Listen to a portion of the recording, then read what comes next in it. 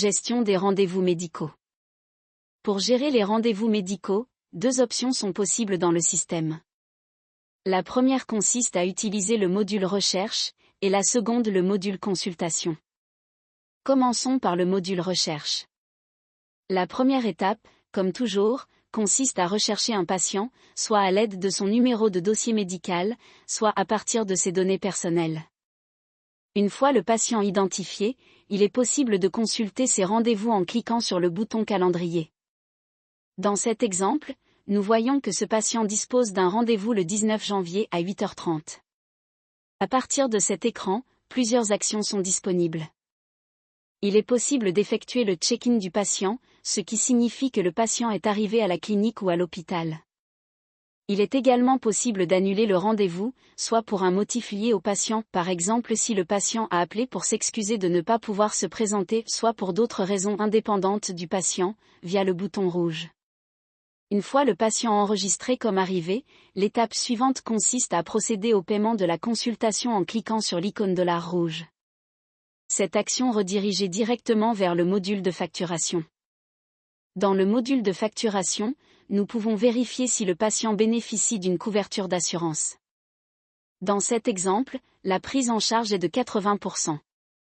Il suffit alors de confirmer ces informations en cliquant sur l'icône crayon, de valider la couverture en la passant au statut approuvé, puis de confirmer le montant, à la fois en chiffres et en lettres.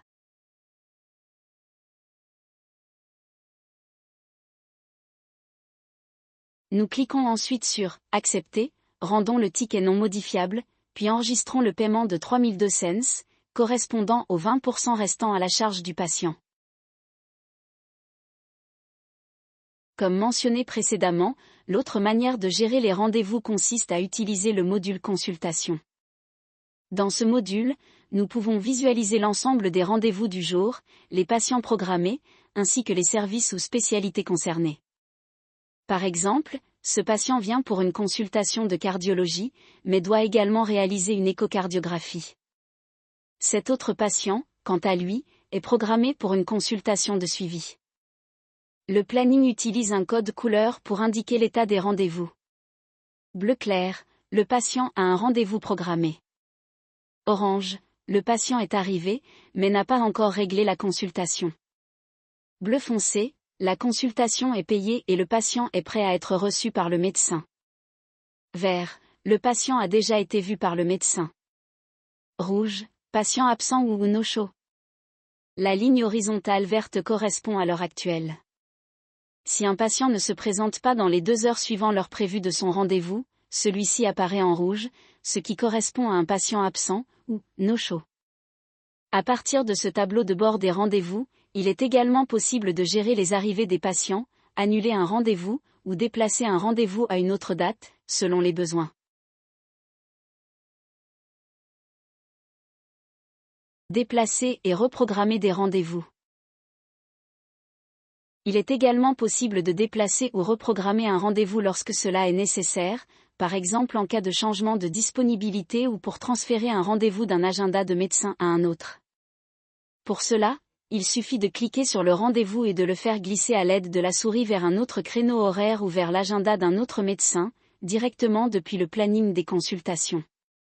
Cette action permet de modifier rapidement la date, l'heure ou le médecin associé au rendez-vous, tout en conservant la continuité de la consultation. Gérer la disponibilité des médecins et bloquer les agendas. Enfin, il est possible de gérer la disponibilité des médecins et de bloquer un agenda lorsqu'un médecin est indisponible, par exemple en raison de congé, de maladie ou de toute autre absence. Cette opération s'effectue depuis le module consultation. Cliquez sur l'icône paramètres, représentée par une roue dentée, puis sélectionnez l'agenda du médecin concerné. Cliquez ensuite à nouveau sur l'icône de paramètres.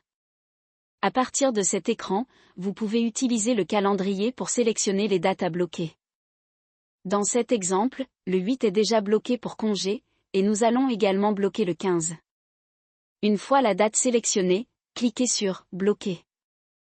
La journée est alors verrouillée, et aucun nouveau rendez-vous ne peut être planifié sur cette période.